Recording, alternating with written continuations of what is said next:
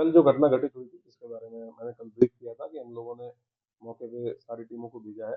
5 टीमें गठित की गई हैं जो ये चेक कर रही हैं कि क्या-क्या एविडेंस हमारे पास अवेलेबल है। जो मौके पे खोखे बरामद हुए हैं उनको भी एफएसएल भेज के जानकारी करने का प्रयास किया जा रहा है कि किस प्रकार का असला, किस प्रकार की पिस्टल इस घटना में यूज़ हुई होगी। परिवार से भी मैंने अलग से बातचीत की है, उनकी उनकी अगर कोई आशंकाएँ हैं उनके बारे में जानने के लिए।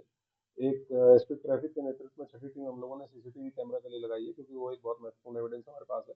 इसके माध्यम से जो ICCC का कंट्रोल रूम है और अन्य भी जो प्राइवेट लोगों के कैमरे लगे हुए हैं, हम लोगों के कैमरे लगे हुए हैं, उनसे महत्वपूर्ण फुटेज प्राप्त हो ताकि जो वाहन यूज़ हुआ है और जो लोग घटना करने के लिए आए हैं, उनके बारे में उनका हुलिया पता करने में हम लोगों को मदद मिल सके।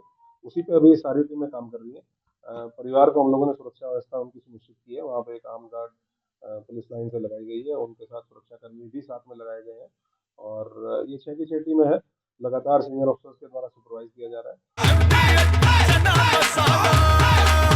अब छोलिया हो या लोबिया, सफेद चने या काले चने, सब कुछ मजेदार बने। और हम लोग उम्मीद कर रहे हैं कि जल्दी हम लोग घटना का अनावरण करें। घटना किस प्रकार से हुई, क्यों हुई, कौन लोग इसके पीछे थे, इसके बारे में विस्तृत जानकारी हम लोग निकाल पाएंगे जब घटना का अनावरण होगा और अपराधी पकड़े जाएंगे। उनसे डिटेल में पूछताछ की जाएगी। सर क्या लगता है विदेशी पिस्तौल से फायरिंग हुई है? क्या इस परिवार से फिरौती वसूली की कहीं कोई बात निकल के सामने आई है? नहीं, इस प्रकार की कोई भी ना आशंका परिवार के द्वारा बताई गई है और ना ही इस प्रकार की कोई बात फिरौती से संबंधित किसी भी प्रकार की कोई बात अभी तक सामने नहीं आई है।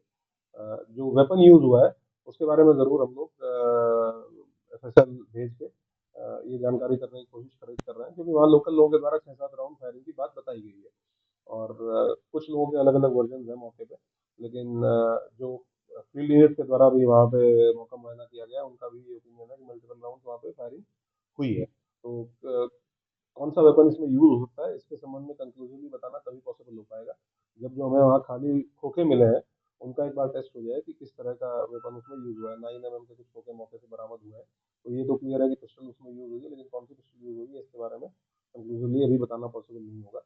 लेकिन महत्वपूर्ण क्लूज कुछ हम लोगों को मिले हैं। हम लोगों की जो साइबर सेल की टीम है वो भी इसमें लगी हुई है, सर्विलांस की टीम भी लगी हुई है, जो ICCC की कंट्रोल रूम की टीम है उसको भी स्पेशलाइज इसी काम के लिए लगाया गया है। तो उम्मीद है कि जल्दी हम लोग कुछ ना कुछ ऐसी लीड हम लोगों को मिलेगी जिसमें हम लोग घटना को वर्कआउट कर पाएंगे और कठोर कार्रवाई सुनिश्चित कर पाएंगे। सर इससे पहले बताया जा रहा है कि एक दिन पहले ही फायरिंग के बाद लोगों ने वो उस घटना को सुबह जब लोग उठे थे, इतनी बातचीत हम लोगों के द्वारा लोकल लोगों से की गई, उसमें लोगों ने बताया कि जब ये सुबह उठे तो आपस में चर्चा हुई कि रात के टाइम पे कोई फायरिंग जैसी आवाज आई थी।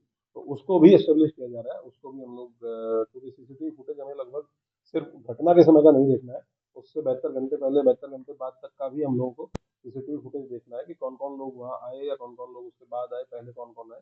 इसीलिए थोड़ा टाइम उस चीज़ में लग रहा है, सीसीटीवी फुटेज को देखने में लग रहा है। तो ये कंफर्म हो पाएगा कि पहले की घटना क्या थी वहाँ लोगों के द्वारा, लेकिन ये बताया गया कि एक दिन पहले रात के टाइम पे फायरिंग की उनके द्वारा सूचना उनको आवाज़ सुनाई दी थी। और जब सुबह उठे हैं लोग 6:30-7 बजे तो आपस में जब बातचीत हुई तब उन लोगों ने एक दूसरे के साथ शेयर किया, तो उसके बारे में अभी हम लोग साक्ष्य संकलन कर रहे हैं।